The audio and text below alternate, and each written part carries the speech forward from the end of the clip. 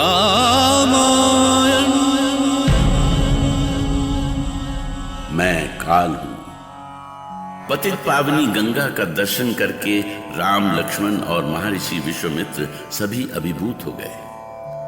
जो गंगा स्वयं श्री हरि की चरणों से निकली हो, उन्हीं का दर्शन करके धन्य धन्य होना, ये प्रभु श्री राम की ही लीला हो सकती है। गंगा तव दर्शनात् मुक्ति। गुरुदेव, गंगा को पतित पावनी क्यों कहते हैं? हाँ, और गुरुदेव, आपने कहा कि गंगे तव दर्शनात् मुक्ति। क्या सचमुच गंगा के दर्शन से ही मुक्ति मिल जाती है? प्रिय राम और लक्ष्मण, इसके पीछे भी एक कथा है।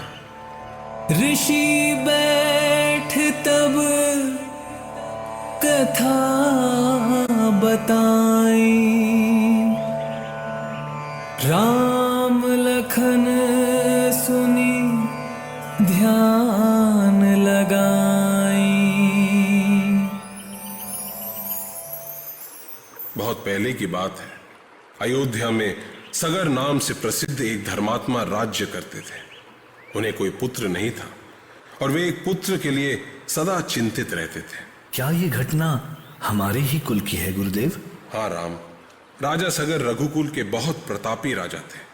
पुत्र पाने के लिए राजा सगर अपनी दोनों पत्नियों केशनी और सुमति के साथ हिमालय पर्वत पर महात्मा भृगु की तपस्या करने लगे। ओम भृगवे नमः। ओम भृगवे नमः। ओम भृगवे नमः।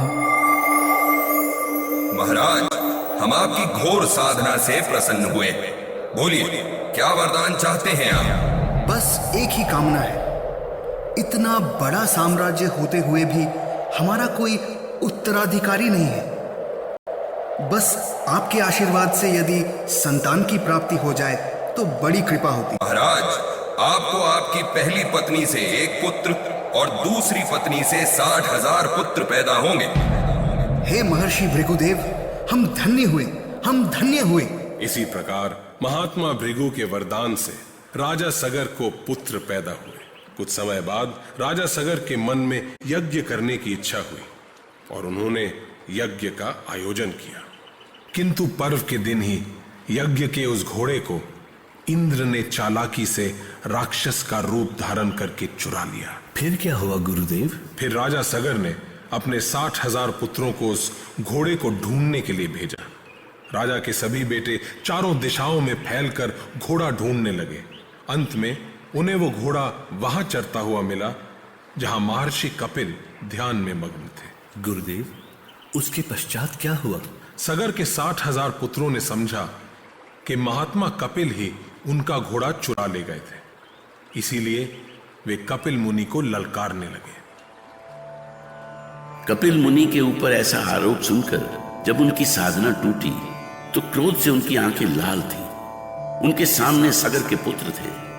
सगर पुत्रों पर क्रोध से भरकर कपिल ऋषि ने उन्हें भयानक श्राप दिया। हे अयोध्या नरेश सगर के पुत्रों, तुम सभी ने मेरा अपमान किया, मेरी तपस्या भंग की। इसीलिए मैं तुम्हें श्राप देता हूं कि तुम सभी इसी स्थान पर इसी क्षण भस्म हो जाओ, भस्म हो जाओ।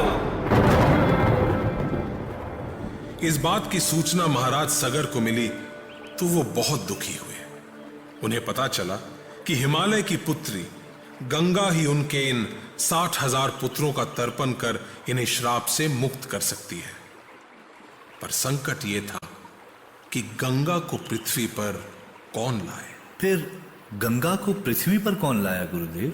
बाद में महाराज सगर के कुल में ही भागीरथ नाम के प्रतापी राजा हुए। उन्होंने गंगा को पृथ्वी पर लाने का संकल्प किया और इसके लिए वो घोर तपस्या करने लगे। ओम गंगा देवाय नमः। ओम गंगा देवाय नमः। ओम गंगा देवाय नमः। वो 1000 वर्ष तक तपस्या करते रहे। और अंत में गंगा प्रकट हुई। महाराज भागीरथ, मैं आपकी तपस्या से प्रसन्न हूँ। बोलिए, आपकी क्या कामना है? देवी, हमारे 60,000 पुरखे कपिल मुनि के श्राप से भस्म हो गए हैं। आपका स्पर्श ही उन्हें मुक्ति दिला सकता है। इसलिए मेरी प्रार्थना है कि आप पृथ्वी पर अवतरित होकर उनको शाप मुक्त कराएं देवी। महाराज, मैं तो पृथ्वी पर उतर सकती हूँ, लेकिन मेरे वेग को केवल महादेव शिव ही संभाल सकते हैं। इसलिए आप महादेव को प्रसन्न करिए। भागीरथ ने फिर महादेव को प्रसन्न किया और महादेव गंगा को अपनी जटा में संभालने के लिए तैयार हो गए और पतित पावनी गंगा पृथ्वी की ओर चल पड़ी। गंगा तव दर्शनात् मुक्ते। और पावन गंगा ने भागीरथ के 60,000 पुत्रों का उद्धार किया।